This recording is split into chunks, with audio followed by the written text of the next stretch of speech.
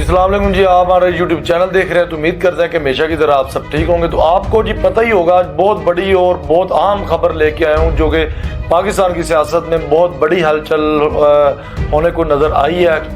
आपको ये भी पता होगा कि कुछ दिन पहले, एक दो दिन पहले 9-10 मुहर्रम से पहले एक दिन पहले 8 मुहर्रम वाले दिन सनम जवेद को गिरफ्तार किया था इस्लामाबाद पुलिस ने और बलूचिस्तान पुलिस के हवाले किया जा रहा था।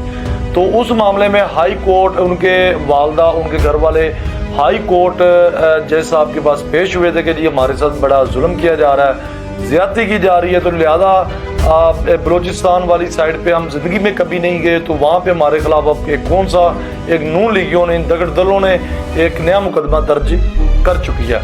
तो लिहाजा इस्लामाबाद हाई कोर्ट ने, एक जस्टिस साहब ने एक बहुत दबंग एक्शन लिया था और जितने भी इदारे थे, जितनी भी इस्लामाबाद की पुलिस, इस्लामाबाद के IG को गिरफ्तार उन्होंने किया था, अरेस्ट उन्होंने किया था, तो उनको फौरी 5 बजे से पहले उन्होंने हाजिर किया, उनको तलब कर लिया।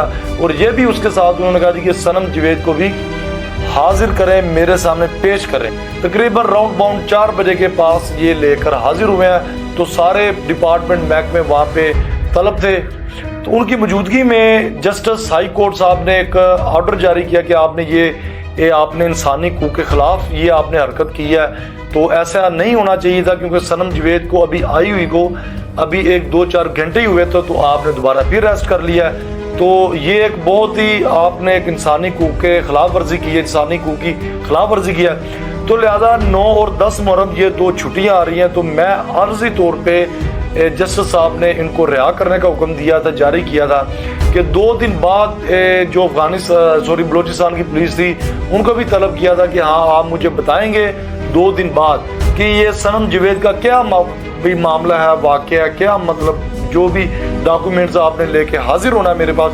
तो इस मामले को 10 मुहर्रम के बाद 11 मुहर्रम वाले दिन मैं सुनूंगा, तो उसके बाद फैसला किया जाएगा। तो लिहाजा जब, जैसे कि आपको पता है 10 मुहर्रम कल गुजर चुका है, तो आज 11 मुहर्रम है, तो आज फिर दोबारा तलब किया था। तो आज उन्होंने बहुत वैसे ही एक दबंग स्टाइल में एक दबंग फैसला सुनाया। जब उन्होंने वो FIR और जिनमें नामजद किया गया था, वो जब उन्होंने गौर से देखा, पढ़ा, तो उसमें कोई चीज़ ही नहीं थी। तो उन्होंने कहा कि एक तो इस्लामाबाद पुलिस ने पहले इंसानी हकूक़ के ख़िलाफ़ वर्जी की है, तो लिहाजा आप दोबारा फिर ये इंसानी हकूक़ की ख़िलाफ़ वर्जी करने जा रहे हैं। तो लिहाजा जब तक मैं जिंदा हूँ और अल्लाह ने मुझे इज़्ज़त दी है, अल्लाह ने मुझे इज़्ज़त बख्शी है, मैं इस सीट पे जस्टिस, मुझे अल्लाह ताला ने इज़्ज़त बख्शी है, जस्टिस मैं बैठा हूँ।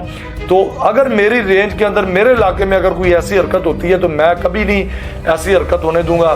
तो मैंने लिहाजा इनको नून लीगियों को जवाब नहीं देना, मैंने आगे जाके अल्लाह ताला को जवाब देना। तो लिहाजा मैं ऐसा कतन बर्दाश्त नहीं करूँगा। और इनको एक बार फिर उन्होंने नून लीग को ललकारा है कि अगर आपने दोबारा ऐसी कोई हरकत करने की कोशिश की, तो पंजाबी में जैसे कहते हैं, उन्होंने कहा जी साफ क्लियर अल्फाजों में कहा कि मैं तो ऐसी बाँ पवांगा कि तुम सारी जिंदगी याद रखोगे, हथ ला ला के वेखोगे, तो सारिया तुहाडी सत्त आने वाली नस्लां भी याद करनगियां कि इंसानी हकूक़ की खिलाफ वर्जी कैसे करते हैं। तो जी लिहाजा इसके बाद जब नून लीगियों को समझ आई है कि जी ये तो ऊपर नीचे हमारे खिलाफ ही फैसले आने स्टार्ट हो चुके हैं, तो लिहाजा अब हमारा बचना और गवर्नमेंट में रहना नामुमकिन ही नहीं नामुमकिन है। अब हमें सूरत हाल नज़र आ चुकी है नून लीगियों को।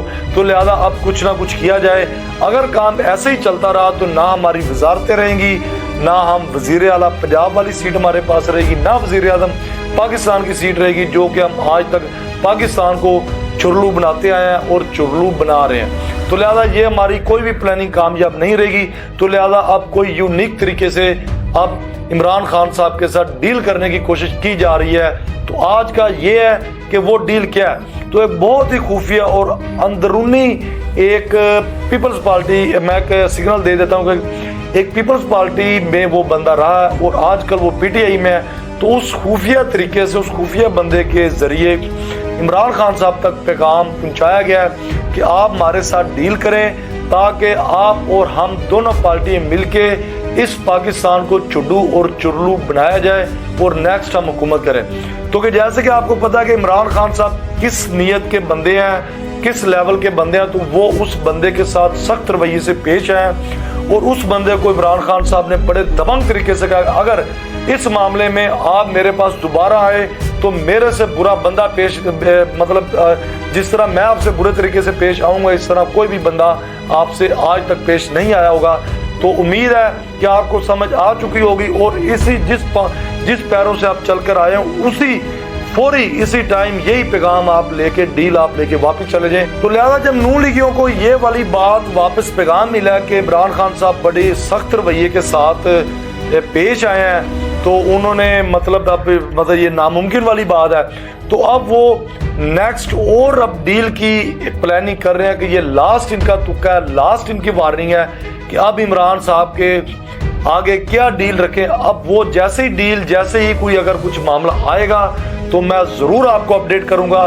तो मेरे ख्याल में अब ये डील हर बंदे का एक अपना ज़हन होता है, हर बंदे की एक अपनी सोच होती है, पर मेरा तो अब यही ज़हन मानता है, मेरा तो तज्ज़िया अब यही है कि ख्याल आज यही है कि अब नून लीग को कोई चीज़ नज़र नहीं आई। अगर आप कोई डील की कोशिश करते हैं तो वो यही डील करेंगे और उनको करनी भी यही डील चाहिए कि हम हुकूमत छोड़ते हैं और हुकूमत छोड़ के बाहर चले जाते हैं और इमरान खान साहब गवर्नमेंट में आने के बाद हमारे ऊपर कोई कार्रवाई ना करे और ना की जाए और इंटरपोल के ज़रिए हमें बाहर से ना बुलाया जाए। और अब तक जितनी हम करप्शन कर चुके हैं, जितना खपला मार चुके हैं, अवाम का बेड़ा गर्क किया और पाकिस्तान की मईशत का बेड़ा गर्क कर चुके हैं, ये हमसे माल वापस ना लिया जाए और इंटरपोल के ज़रिए ना मंगवाया जाए और हमें अपने ही अल्लाह के रहमो करम पे हमें छोड़ दिया जाए और हम अपनी सुकून की ज़िंदगी बाहर लंदन में गुजारें।